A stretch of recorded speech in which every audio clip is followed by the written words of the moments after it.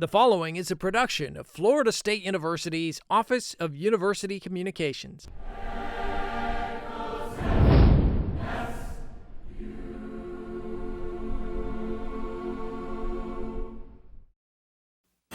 Coming up on FSU Headlines, lights, camera, action. Student veterans raise awareness through film.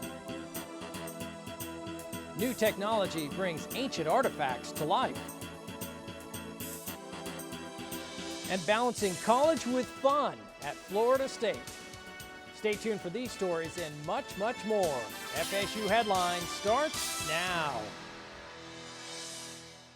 Hello and welcome to another edition of FSU Headlines. I'm Dennis Schnitker. And I'm Nora Bertollet. We're joining you today from the beautiful William Johnston building on Florida State University's campus. You know, Florida State University is one of the most veteran-friendly campuses in the country. And the Student Veterans Film Festival has become an important part of Florida State's effort to raise awareness of veteran issues.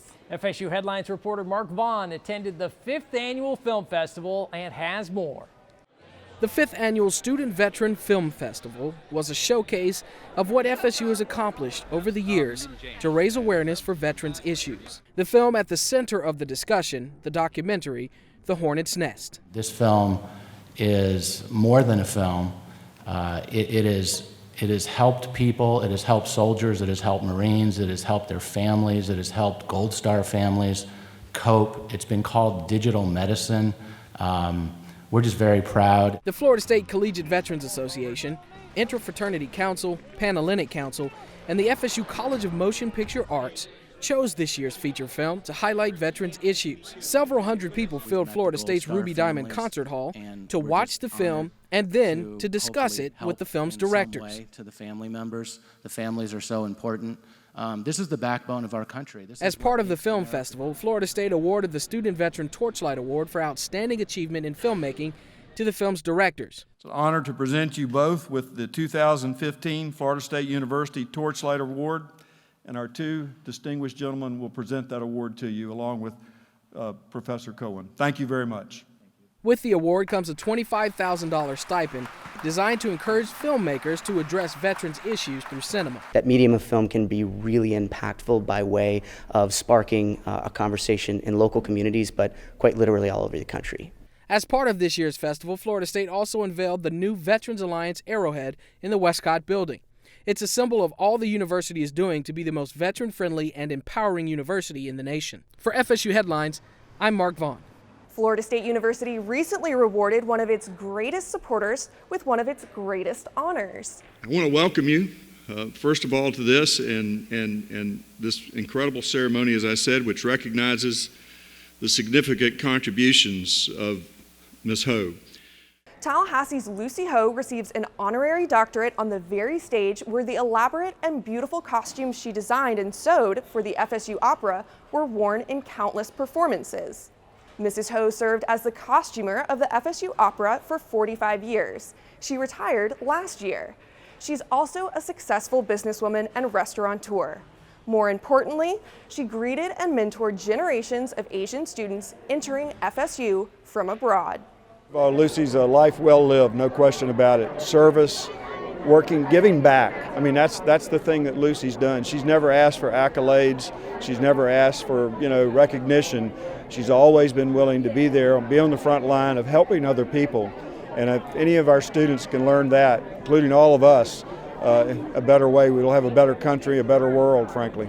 I was so shocked, I got this kind of honor degree, but only my job is so many people surrounding me, support me, include my husband and my friend and my old school music dean and the president and the local for my manager. Everybody helped me. Otherwise, I cannot accomplish so many things, by myself, So Tallahassee is a wonderful place. I really, love here.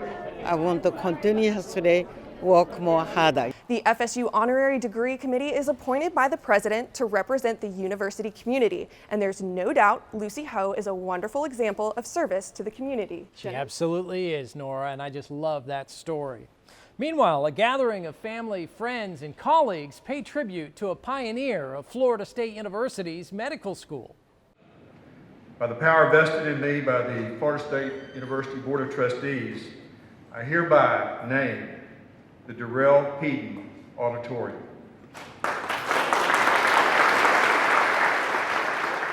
The late Darrell Doc Peden was recently given a special honor at the FSU College of Medicine as Florida State University renames the auditorium there in his honor. Peden was a physician, former state senator, and one of the people responsible for helping Florida State open its College of Medicine more than a decade ago. He worked closely with Florida State University and the Florida legislature to establish Florida State's College of Medicine, citing a need for doctors to serve Florida's underserved areas. Darrell Peden was a wonderful friend of the College of Medicine. He had the vision for creating a new medical school here long before people even thought it was possible to do that. He worked hard with the legislature, he worked hard with friends, worked hard with people here on the FSU, including the president, Sandy Dallenberg and Myra Hurt, and he made this dream come true. I want to be very clear about one thing. I want to be very clear. And I mean this from the bottom of my heart, that we would not, as the dean said, and as Sandy said, we would not be standing here today in this building, in this College of Medicine today, if it wasn't for the vision and the passion and the tenacity of Darrell Peden. The college's rural medical education program was also named in his honor. A baby's first words. Is there anything more exciting for a new family? Well, as a parent, I say no, not really. Well, I'm glad I got a little time to figure that out. But how do toddlers learn their first set of words? A Florida State University researcher set out to answer that question. Look, birdie. That's cool. We're looking at early word learning in young children, and we're particularly interested in finding ways that we can help all children learn the words they need to learn so that they're ready to enter school on time. When children learn words, they're learning words in particular orders, which suggests that it's not just that they're learning kind of words willy-nilly here and there. They're kind of picking apart kind of meaning clusters at a time. So they're learning words that tend to be semantically related. So if you look at a child's vocabulary, you can almost predict what might be the next words that are more likely to enter, that they're going to learn next. So what we did is we put pictures of these novel words that they learned up on a computer screen. We had a sophisticated eye tracking camera measuring where they were looking as we then named these words. And what we found is they were more reliable at looking at the words that were already related to words that they knew more about, compared to words that were more of those kind of stretch words that were less related to other words in their vocabulary. So this is kind of an interesting finding, which is that, you know, maybe we can individualize vocabulary learning for children based on what the words they already know. So it's not just that there's some words that are generally harder or easier. It's that for any particular child, they might have words that are that they're better prepared to learn, or that might be harder for them to learn at this particular age. Professor Borofsky's research is published in the journal Developmental Science. Well, coming up on FSU Headlines, ancient artifacts meet modern-day technology at Florida State University. We're always dealing with fragments, and so when I heard about 3D printing, I realized there was a possibility of taking some of the designs we made from the fragments. History comes alive when FSU Headlines continues in a moment. I will forever bleed garnet and gold, and I will forever be here at heart. Florida State is monumental in my academic and professional career, I think. The professors are some of the greatest people I've ever met in my life. We've always known we wanted to go to Florida State. We're going to go to Florida State. FSU helped me so much by giving me all the resources that I could need to succeed. An amazing experience. I wouldn't trade it for anything in the world. When you buy a Florida State University license plate, you're not just showing your school spirit. You're supporting students like us. In the lab, in the classroom, and in the library. Putting this tag on your vehicle helps Florida State students achieve their dreams. So show your pride. Purchase an FSU license plate today.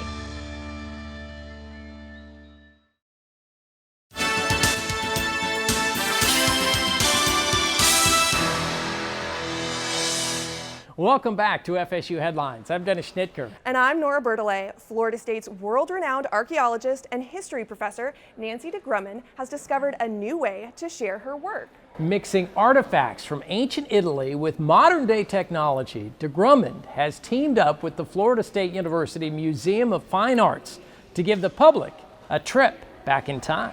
For some years, Florida State University has sponsored excavations at the site of Cetamura del Chianti, which is in between Florence and Siena in Italy. We excavate these cultures, and it's a habitation site, which means that a lot of the artifacts are not really very well preserved. They're broken and burnt and buried, and we found a number of them in a sanctuary. We found a number in a very deep well there. It's very different on the habitation site from the way it is if you're digging cemetery, tombs. Often the tombs have whole objects in them, but we're always dealing with fragments. And so when I heard about 3D printing, I realized there was the possibility of taking some of the designs we made from the fragments and based on those creating three-dimensional models so that we could then have a real 3D object to help us to study the pottery, for example, that we have found.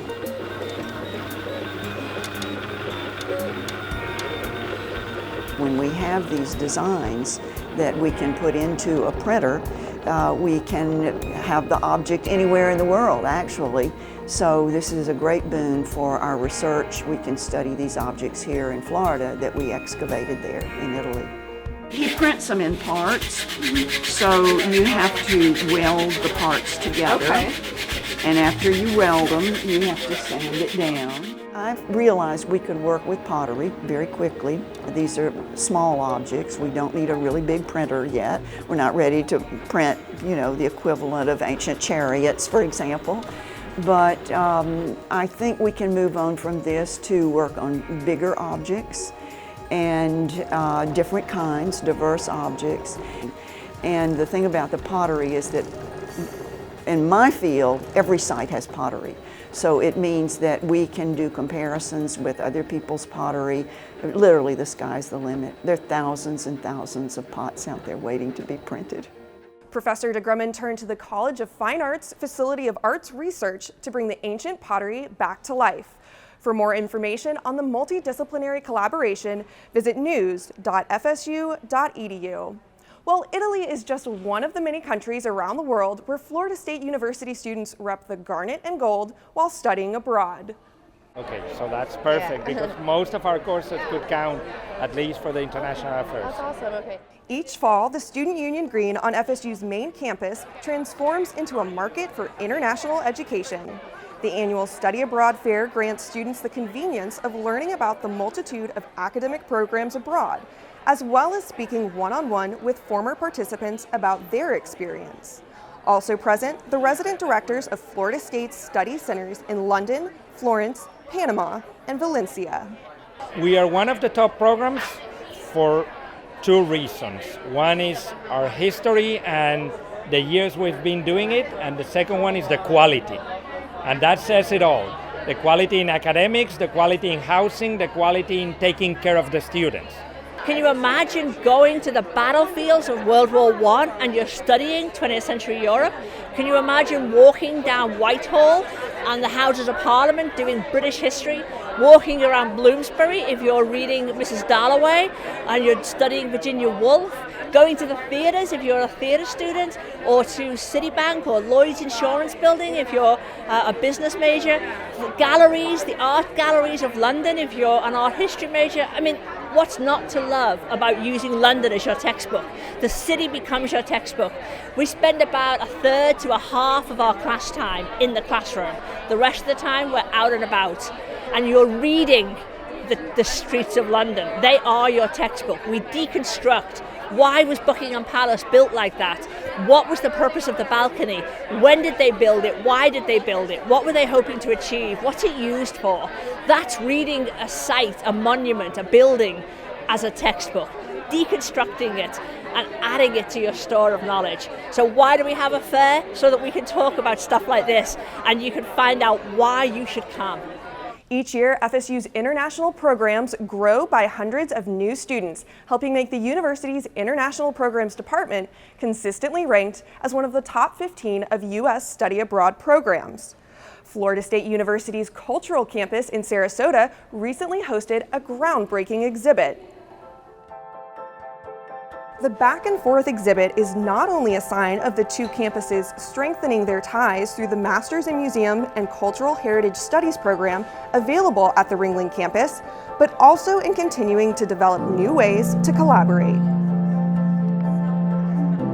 An exhibition title is so important. You want something that's going to speak to the public and be a true statement about the work that you're presenting. So there's a back and forth and the dialogue of back and forth of the moving of the work, but also linearly through time a back and forth about what painting is in the present and how we look to the past and how we will go forth into the future. There's the element of the collecting that I find interesting, and also the history of some of the particular paintings, and that translates into my paintings. They're all about that element of man dealing with the environment at some level. When you put our work together, you actually again have that more dynamic relationship within each piece, because you are going back and forth, and so you really never know what it looks like until you see it. And so when we saw it, we have to say we thought we outdid ourselves this time. Step foot onto Florida State University's main campus here in Tallahassee, and it's easy to see why FSU is considered one of the most beautiful college campuses in the United States.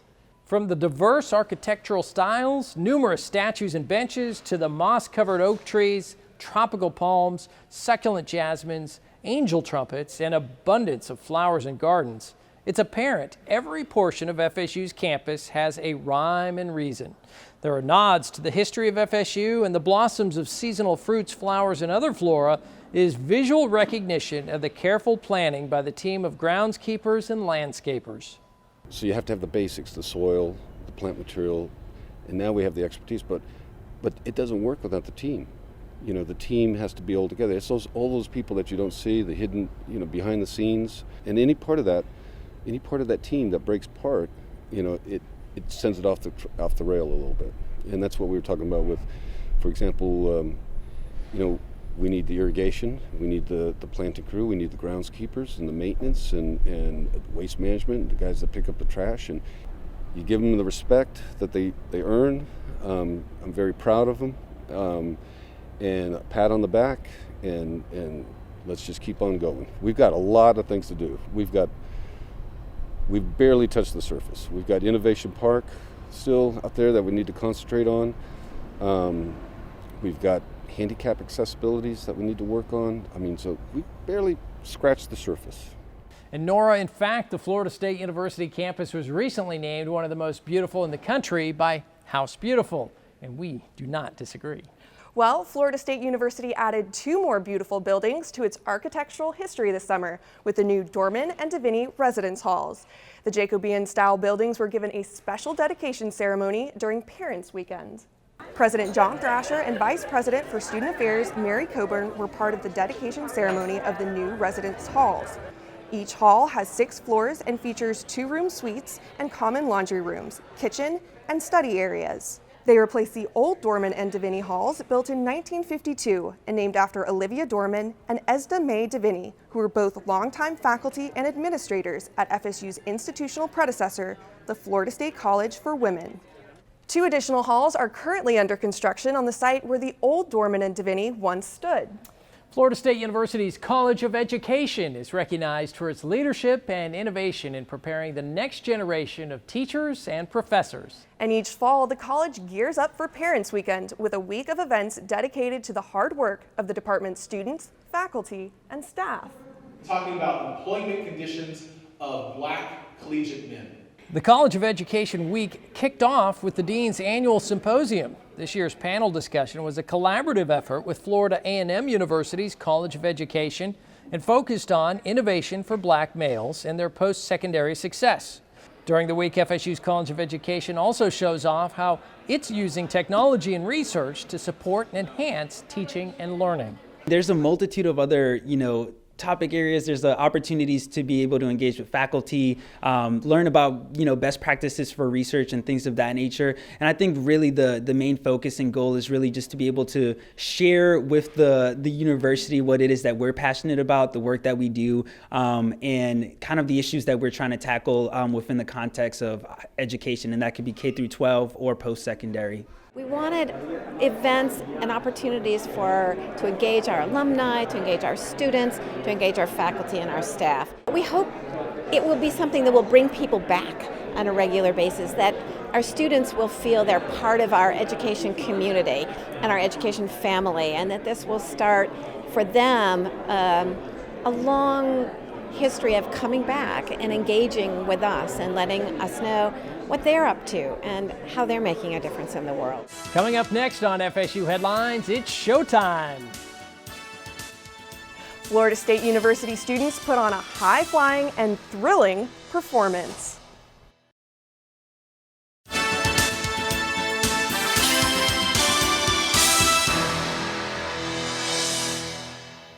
Welcome back to FSU Headlines. I'm Dennis Schnittker. And I'm Nora Bertollet. The Florida State football team is in full swing as the regular season rolls on. That's right, Nora. The season is far from over, and Coach Jimbo Fisher and crew are still fighting hard for postseason positioning.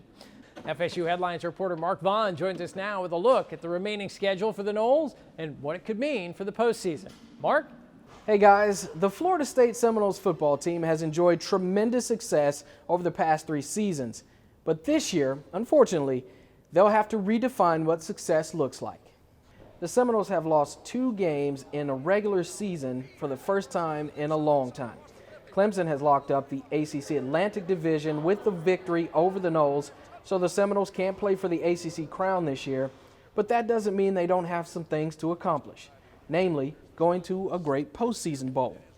If the Seminoles finish out the season strong, they should get a good placement come bowl season. For Jimbo and his squad, it's all about finishing this year strong, showing resiliency, and playing together.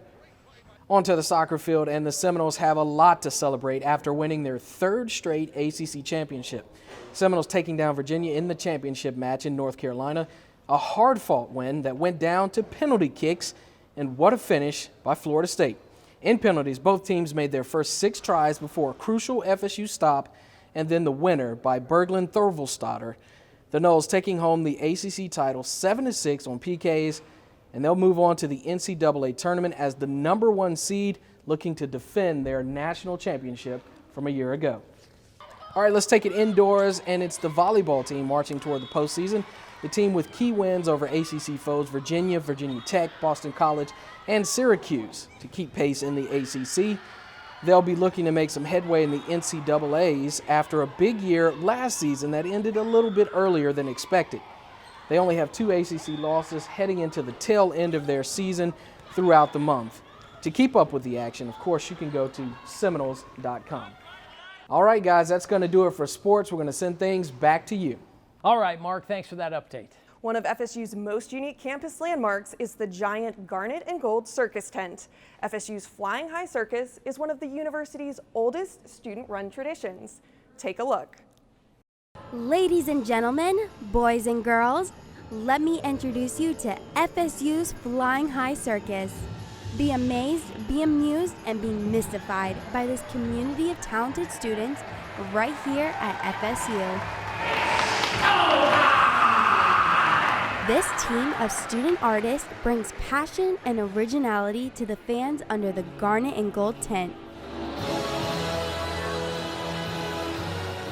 One of these students is senior Rima Nathan. Captured by an environment that cultivated creativity and the arts, she knew this was an opportunity she couldn't pass up. It's been really rewarding, and I think it's gotten more rewarding as I've progressed in the circus. My first year, I was only on 1 act, and I was really excited about being involved, but then your 2nd and 3rd year and stuff, you get more invested and you start to see more of the behind the scenes things and how people can grow and progress.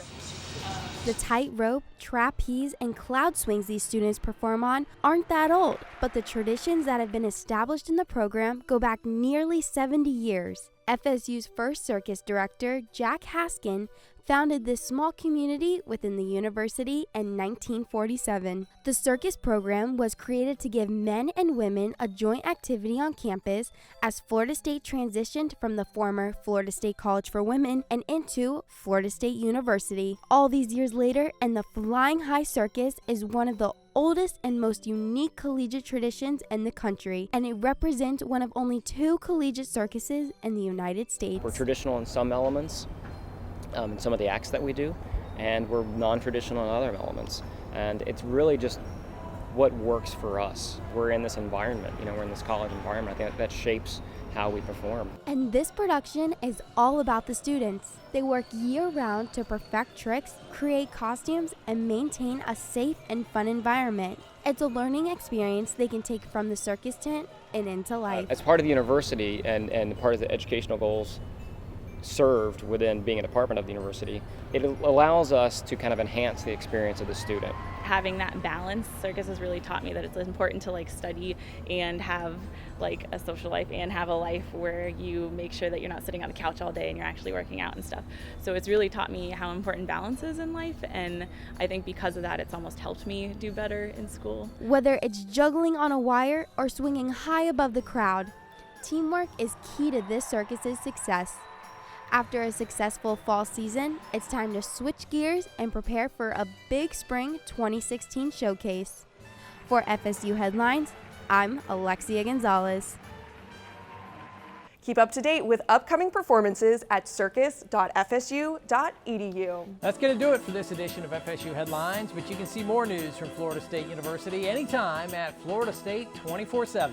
It's the official news website of Florida State University, and you can find it at news.fsu.edu. On behalf of Nora and everyone here at Florida State University, I'm Dennis Schnitker. Thanks for joining us. We'll see you next time.